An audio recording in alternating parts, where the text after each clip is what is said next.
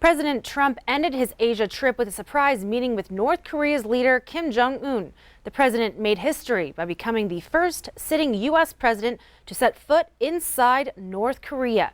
CBS News' Meg Oliver reports. With a footstep, President Trump became the first sitting president to go inside North Korea. Stepping across that line was a great honor. President Trump crossed the demilitarized zone that divides the Koreas with North Korean leader Kim Jong-un at his side. They spent about a minute in the north, then walked back into the south. A lot of progress has been made. A lot of friendships have been made, and this has been in particular a great friendship. President Trump and Kim then went inside the Freedom House and spoke for close to an hour. They agreed to resume nuclear talks in the coming weeks, according to the president, who also said he invited Kim to the White House. We met and we liked each other from day one, and that was very important. President Trump initiated the meeting with a tweet during the G20 summit in Japan. When I first became president of the United States, there was great conflict in this area, great conflict, and now we have just the opposite. In his Sunday address, the Pope saluted the gesture and said he hoped it would be good for the whole world, while Democratic presidential candidates voiced criticism. This country is no safer when it comes to North Korea. Former Vice President Joe Biden said in a statement, President Trump's coddling of dictators at the expense of American national security and interests is one of the most dangerous ways he's diminishing us on the world stage and subverting our values as a nation. Senator Kamala Harris tweeted, "This president should take the North Korean nuclear threat and its crimes against humanity seriously." President Trump says Secretary of State Mike Pompeo will lead negotiating teams in the renewed talks with North Korea. Meg Oliver, CBS News, New York. Since President Trump's election, Pyongyang has taken several steps, including suspending nuclear tests and releasing detained Americans.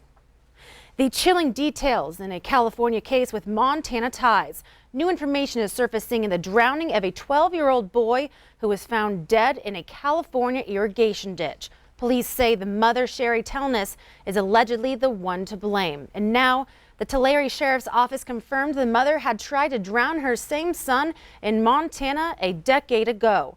Zoe Zandora has more.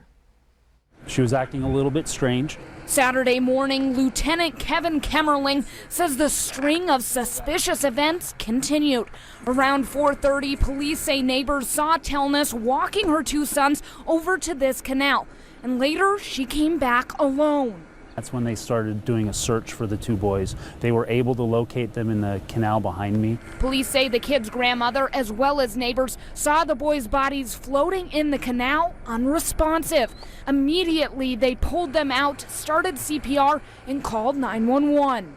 When deputies arrived, CPR was continued. Both boys were taken to Sierra View District Hospital in Porterville. Unfortunately, the 12-year-old was declared deceased at about 7:53 this morning. The 7-year-old was flown to Valley Children's Hospital and is still in critical condition. Police arrested 45-year-old Sherry Telness. Kimmerling said at this point in the investigation, there is no clear sign why she would want to kill her kids. There was no argument, there was no threats to the children, there was no conversations that took place where she would have said that any of this was going to take place. And that's our former MTN reporter Zoe Zandora, who is now working for the CBS station in Fresno, California. We continue to follow a shooting that happened early Sunday morning. Billings police releasing more details about the shooting in Pioneer Park. Billings Police Sergeant Harley Cagle told Q2 that multiple calls came in around 3:45 this morning, claiming to hear shots fired in the Pioneer Park area. Cagle said a group of 3 boys who were involved in the shooting went to the hospital. Their ages, one either 16 or 17, one 18 years old, and one age 14. Now, Cagle said 2 of the boys have been released from the hospital at this time, but one of the boys is still in the hospital with serious injuries. It's not clear which of the boys is still in the hospital. Cagle was not able to give any details regarding the circumstances of the shooting, but he did say the 3 boys are not cooperating with police. Billings police say there is no threat to the public at this time.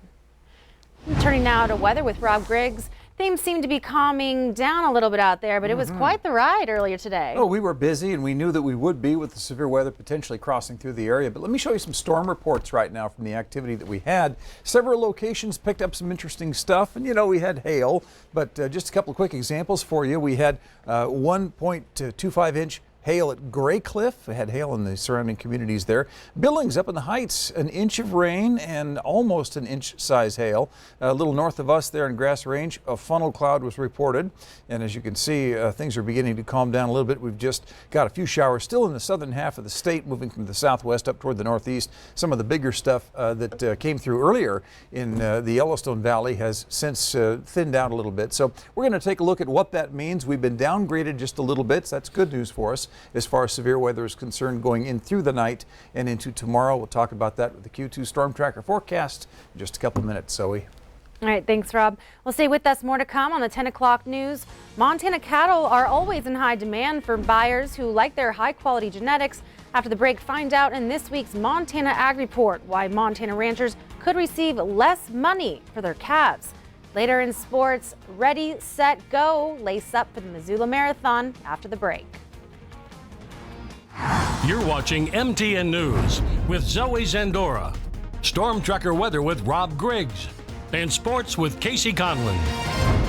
This is the 10 o'clock news on Q2, Montana's news leader.